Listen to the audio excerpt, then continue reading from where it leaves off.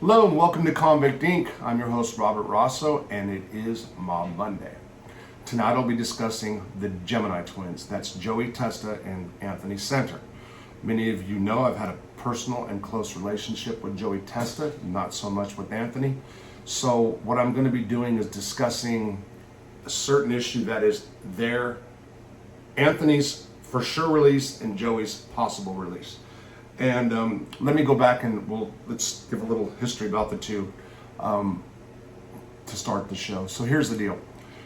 Joey and Anthony were childhood friends, both from Canarsie, New York.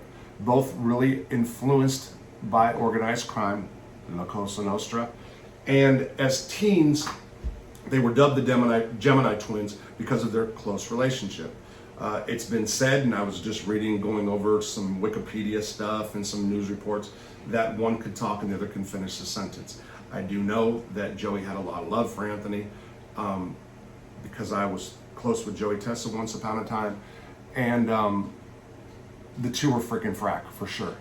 So I don't know if it was in their or early 20s. They hooked up with a guy by the name of Roy DeMeo, who was in the Gambino crime family. Joey, they were car thieves. Wikipedia says they were murderers, psychopaths, blah, blah, blah, all those words everybody, that the news reporters like to throw out there to demean one's character. But what they were really famous for was the way they disposed of bodies. Cold-blooded murderers for sure once upon a time. Now, I gotta watch my language here, and I have to add this when I say cold-blooded murders. I need to put this in here. I have known many people who were killers. I have known many people who, in society's eyes, and for sure have done horrible things. You can put Joey and Anthony in that category, okay? That does not mean that their lives were all about murder and killing and crime. I know that doesn't sound right to some. Me, who has spent most of my life in prison because I'm an idiot, can separate people that have done horrible things for people that I know in prison. I should add here that many of you who have watched this channel know I have said derogatory things about Joey Testa. That's not my goal here tonight. So I want to make it clear that, in my opinion, I am one who has done a lot of time and can take a look at individuals, not for the crimes in which they're incarcerated in, but for the people who they are outside of the criminal acts, and most importantly, as they evolved as grown men or aged men in prison. So, in 1989, Joey Testa and Anthony Senter were both convicted on racketeering and murder charges. Again, that stems from being an associates of the Gambino crime family. However, they did join another family. They became members or associates at the time of the Lucchese crime family. Whether they were made or not is not my business or here to say. So I can only tell you about what I know and about what I'm reading and about the questions people have been sending me in regards to Anthony's release and Joey's possible release. So let me go over my history with Joey Testa once again. Joey Testa, I was well aware of right when I came into the federal system. Joey was at USP Terre Haute, or the Hut at the time. I was in Leavenworth, but Joey had a reputation. And his reputation in prison wasn't such as being some kind of thug in prison or a bad guy, as in fact a lot of staff really liked Joey. He was kind of like the mayor of the prison. I did not have any experience with Joey in Terre Haute. I did meet Joey in 2010. So in 2007, I was sent from USP Lewisburg, started off in Leavenworth, went to Lewisburg, and then I was sent to the Butner complex for bladder cancer. While I was in Butner, there was a captain of the Colombo crime family by the name of, I shouldn't even say crime family, the Colombo family. I'm trying to watch my words. The Colombo family by the name of Jojo Russo. Jojo was a friend of mine, and he died in the hospital of renal cancer, and it was horrible. Me and a guy by the name of Tommy Karate took care of JoJo during his dying days. And as a result, when I left Butner Hospital, I was sent to Butner 1, where I met Joey Testa. As a matter of fact, I met Joey in the hospital prior to that, but on the day that I was transferred from FMC Butner across within the complex, Joey was on the bus, and when I walked into Butner 1, it was me and Joey Testa, and I was put in the same unit as Joey and Carmine Persico and Daniel Castelli, aka Kazi out of Philadelphia, and the four of us were tight, we're really close. I was the youngest of the bunch. I came from a real environment from Lewisburg, where I was involved in gang activity, drugs, violence, and all that. Joey, Carmine, and Kazi were not. Whatever they did on the street, they weren't doing in prison. Butner 1 at the time was a place that had a lot of sex offenders, gang dropouts. Some people can call it a PC yard, if you will, protective custody yard. That's not really what it is. However, there's an argument that can be made. It's called an administrative yard, not a protective custody yard. If you're on administrative status for medical reasons, for gang dropout reasons, for sex offender reasons, you can go to a USP, which is the higher level, not the highest, but the higher. USP is a high. Then you've got the mediums, which are FCIs, medium low FCIs, and then lower security prisons, which are the lows, and then camps. You can't go to a camp, but you can go, with a life sentence even, you can't go to a camp, but you can go to a low, a medium low, a medium, or a high. So I hope you guys understood that. So let's get back to Joey. Joey Testa was a friend. I would say mentor, as Carmine Persico. He was the first one that sat me down and tried to talk me into not treating sex offenders, law enforcement, judges, other people we were incarcerated with bad, because I was kind of mean to them, for sure.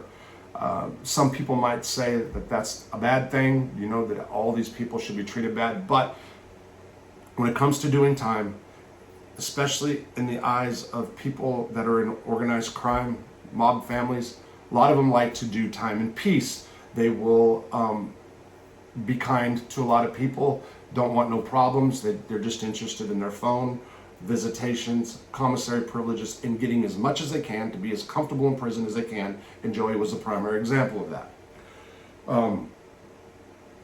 We played handball for a minute before I blew my knee out. We cooked. We watched TV every night together. So I was close with Joey. Joey was then sent to Butner FCI 2, where I eventually showed up some years later. And Joey was the one that as soon as I got there, hooked me up with everything you need when you get in, and sat me in a seat right next to him where he didn't like people sitting in. He had a little corner. And we were friends for a long time, and of course we did have a falling out over my writings. Specifically, I was writing, not for Vice at the time, but I had blogs, and staff didn't like what I was writing, and they asked Joey to intervene, and Joey did, and we had a falling out. I have talked openly about it. I've said bad things about Joey. I have called him numerous things, including a hall monitor, institutional, this and that. Again, that's not why I'm here tonight. So, now that I've brought that, Anthony Senter and I do not have a history. I do not know of Anthony as far, he was at Leavenworth for a period of time. I was not close with them. As a matter of fact, I just stopped for a second. I get him and Henry, what's his name, screwed up all the time. So anyway, let's just say this. I don't know Anthony Senter like that. I do not. So I want to make that clear. What I do know is that he was in Lompoc for a while. Frank Morocco talked about it in one of the interviews I did with him. If there's any corrections, I'll go back and correct it. I do know that in prison he was what would be considered a model inmate. However, I do believe he got a dirty urine for the use of heroin. It's important for me because I've got to, for where I'm going with this. So as far as an institutional jacket, what I know about Anthony Senter, what I know from the grapevine or whatever, is that he was pretty much clear conduct, didn't get into trouble, with the exception of a dirty or two or whatever. There might be people out there that'll hit me back and correct me. That's fine. Again, I don't know Anthony. I do know Joey. I knew him well. So it was brought to my attention that Anthony is filed for compassionate release. The law changed under the Trump administration. Compassionate release is no longer for dying people that are dying. Specifically, judges, the courts have found ways to use compassionate release to let people out for other reasons. Shout out to Chad Marks, by the way, over at Blood and the Razor Wire, for making that happen. He was instrumental in flipping or helping the compassionate release statute, the new statute under the First Step Act, which was signed into law by Trump, instrumental or whatever in letting people out for other reasons. So just so you guys know, in the federal system, it's very hard to get out of prison on appeals. You have, if you go to plead guilty or go to trial, you have your direct appeal. There's some pre-trial stuff, but it doesn't even matter. So basically, you got your direct appeal, you got a second appeal, if you will. That's not the proper title, but just for argument, it's called a 2255 or a writ of habeas corpus. If I can get into technical, this 2255. You have your second and successive 2255. That's like a third time Hail Mary, or a 2241, which falls under the second and successive 2255, blah, blah, blah. It's a bitch to get out. It was a bitch. Judges have found a way, inmates have found a way, attorneys have found a way to use other issues to get people out of prison. Okay, I hope I explained that well. Okay, so apparently from what I know, and I did not pull up the paperwork because I had an hour tonight, it is Sunday, to do this video for Monday, to get this done. My schedule's changing. So Anthony is getting out under the compassionate release. I don't know the reasons why. I did not read that, okay? Shame on me. People have asked, so Anthony currently resides at USP Canaan in, it's in Pennsylvania, upstate Pennsylvania, I believe. Yeah, USP Canaan. What else? They called it something else. Oh man, I just forgot. There's another nickname. Anyway, so that's where he resides, and it is a high. You can say max, that's not really proper, but it's a high. It's a United States Penitentiary, which is the top level. The only thing higher than that at this time would be Florence, Colorado, the ADX, some special management programs, SMU programs is what they're called. That's for people like El Chapo, of course, Barry Mills, Matt Hale was there, a white supremacist guy that I knew, white separatist, let me get that clear, white separatist, and, terrorist, whatever. So you have to either been behaving violently in prison or whatever to get to that, which is the max, which is a level 5. So let's just say high. USP Canaan is a high. That's where I start. USP is where I started off at as well with the life sentence. So Anthony's still there. And there's some people that are confused. I've got emails about it. Why is Anthony Senter in a USP and was granted compassionate release, and Joey Testa is in Terminal Island, which is technically a low, people think. It's actually an administrative yard. People at Terminal Island, so administrative. Administrative, again, care level 3 inmates, which have medical needs that require them to be not at a medical facility, but in a facility that is close to outside hospitals. Terminal Island is in my hometown of San Pedro. There's many hospitals in that location, therefore it's a care level 3. It's also a very well-known sex offender yard currently. Things change, but it's still administrative. So there can be guys there that should be in USPs with high points.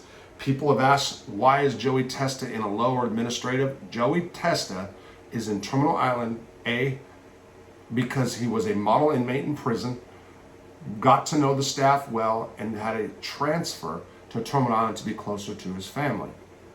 Now, Joey Testa, I should note, also beat stage 4 throat cancer. The guy was almost a goner.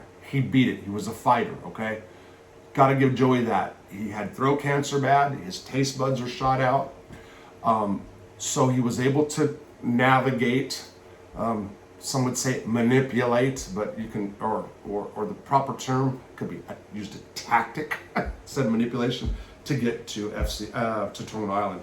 So that is the reason Joey Testa right now is in Terminal Island. It has nothing to do, by the way, there's also a point system in the feds. So you come in and I think it's 15 or 16 points and higher, you're supposed to be in a USP, okay? Now there's different things case managers can do. Case managers, so you got a counselor, a case manager, and a unit manager. Case managers handle our paper. By the way, people, you go to prison, befriend your case manager. Be friendly to them. Counselor, stop. Case manager, I don't want to use the term. I was going to say blown, but I didn't. Anyway, case manager, you want them to be your friend. They can make or break it.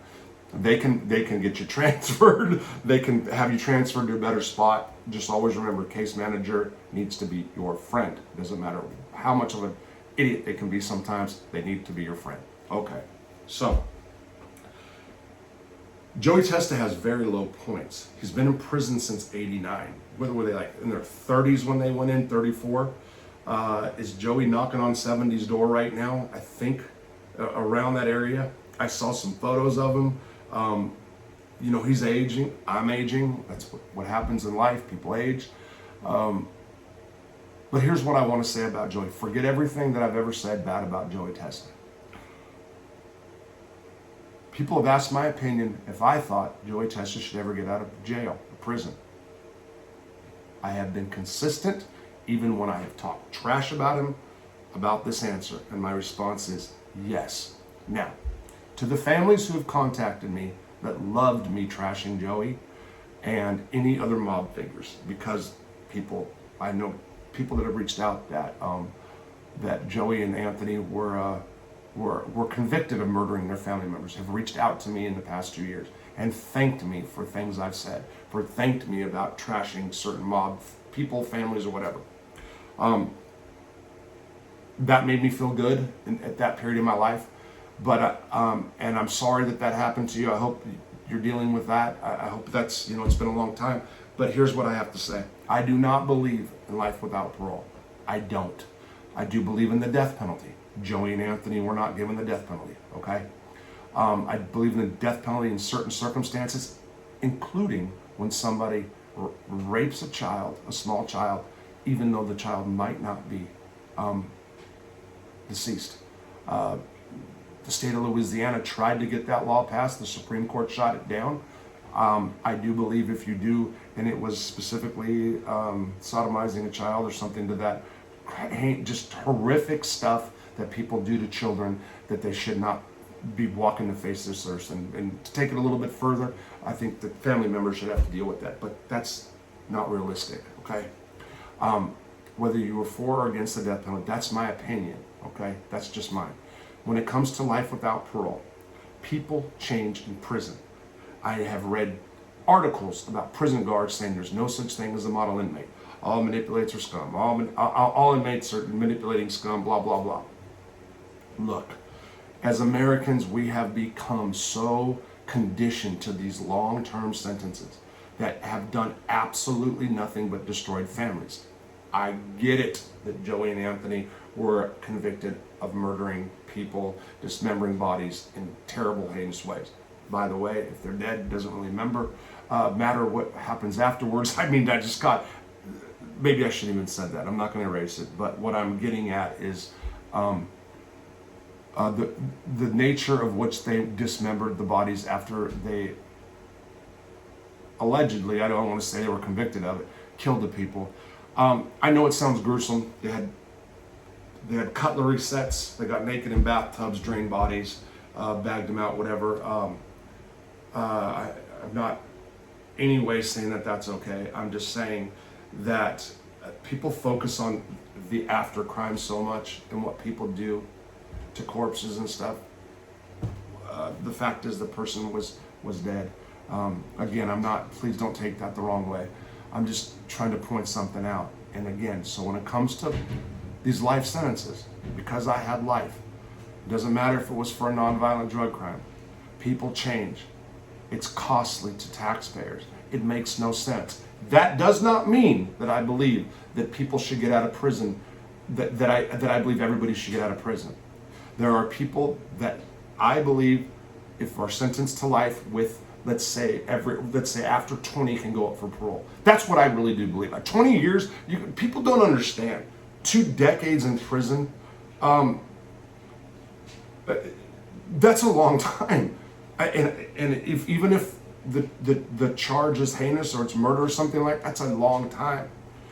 If people are showing remorse, if they confess to the crime, or I mean, there's even situations where people won't because they're actually innocent, but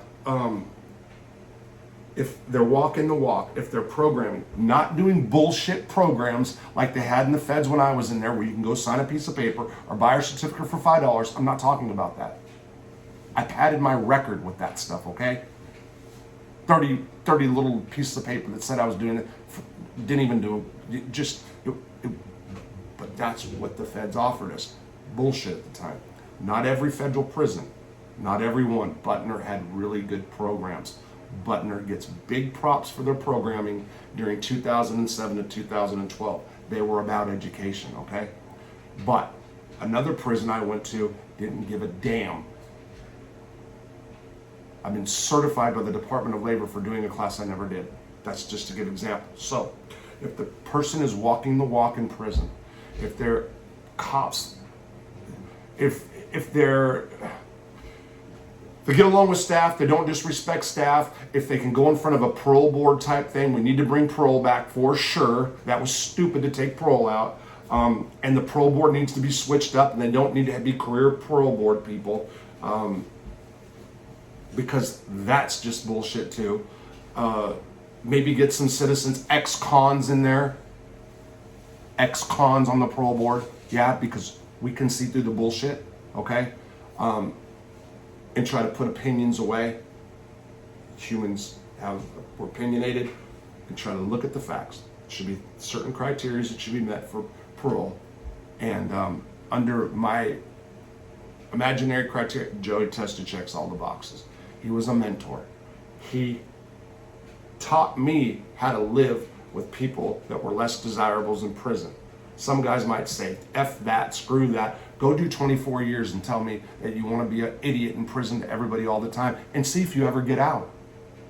Arguably, if Joey Testa did not rein me in mentally, and was never a tough guy, bad guy, but there's certain inmates that I did not like. If he didn't rein, it's a real probability I wouldn't be out today. So, in that sense, I do have this to say. I do, in part, owe Joey a thank you for me being released. And that's the truth. I mean, I can look at all these things. I can have these two hats on. I can be the rah-rah, talk shit guy, or I can look at the facts. It was Joey Testa, and Carmine played a major role, Carmine Persico. But these organized crime figures that are boogeyman in the news, that people write about, that did all this bad stuff to people on the street, helped me change in prison to become clear conduct, which eventually, in part, led to my release. I mean, there's other factors. Cancer got me out of prison. That's it. A judge that took a chance on me got me out of. There's other factors, okay? But Testa, I have to give Joey that. And to Joey's family, who's been mad at me for saying, I apologize for that. It's me running my mouth and not looking at positive sides of things. That's the truth. Okay, I can't take back things that I said. I'm not going to erase all the videos I said things about him. I can only say that for sure. If I was in a position to really advocate for Joey Testa's release, if I would have came out of prison and did the right thing the whole time, I would be there. I would be there. Anthony Senter's getting out. That's a fact. According to the information I have, there's a date. There's no reason for Joey Testa to be sitting in there now. There's not. Again, it is possible that anybody that gets out of prison can go out and do bad shit. Let's look at Sean Hopwood. if the court documents and the wife's telling the truth, Sean Hopwood was a bank robber, won 2 Supreme Court cases as a jailhouse lawyer. By the way, Sean Hopwood, if you ever hear this, you never gave credit to Eddie Cox for teaching you how to be a jailhouse lawyer. And real quick, Sean, at some point in your life, if you ever get back out there, I'd like to see you give Eddie Cox, jailhouse lawyer extraordinaire, who is trained, every jailhouse lawyer pretty much that has made something of himself. I don't know if Chad was around Eddie or not, Chad Marks. Everybody owes that to Eddie Cox, former white man who was head of the Black Mafia, okay, boss of the Black Mafia. I did a video about it, but that's Eddie Cox. So I got off on a tangent. But Sean Hopwood got out and became a law professor, second in charge at Families Against Mandatorium, also known as FAM. And apparently, by court records, it's heartbreaking, has assaulted his wife and some other stuff. I think it's a misdemeanor charges, but just talk about hurting people like me or formerly incarcerated individuals. It just shines up. It just perpetuates that stereotype. So anybody that gets out of prison can do bad stuff. Anybody that's not in prison can do bad stuff and get away with it. So my point being, I do not believe Joey Testa would get out and bust a grape. I believe Joey Testa would just be around his family and want to be around the kids. That's the truth. That guy was all about his family members. I'm not going to name which one. Family members, okay? That's what he was focused on. So, could he be a productive member of society? I think if Joey was on the right path and around the wrong people, he can actually go speak and do a lot of good. I do. And that's a guy who didn't tell on all his friends and go on and have a big YouTube show. That's a guy who actually did his time. That would be awesome to see Joey Testa to get a YouTube platform and talk about the accomplishments he did in prison and all the people he helped. There it is. So, I do hope any judge that sees this down the line that's from that area that's with Joey Testa, if there's a compassion release filed, really takes that into consideration. He was not padding his record with a bunch of BS. Joey was a mentor. I think he ran a mentor program at Butner too, by the way. And he was close with staff. Staff loved the guy. He was the mayor of the complex. Pretty much every complex he's been to. He knows every staff member's name, their family's name. If staff will do that, and I would bet my bottom dollar that staff would write letters for Joey Testa's release. So there it is on your Mob Monday. Convict Inc. hopes and is advocating as much as I can, but I need a lot more time to fix me and work on my issues before I can act.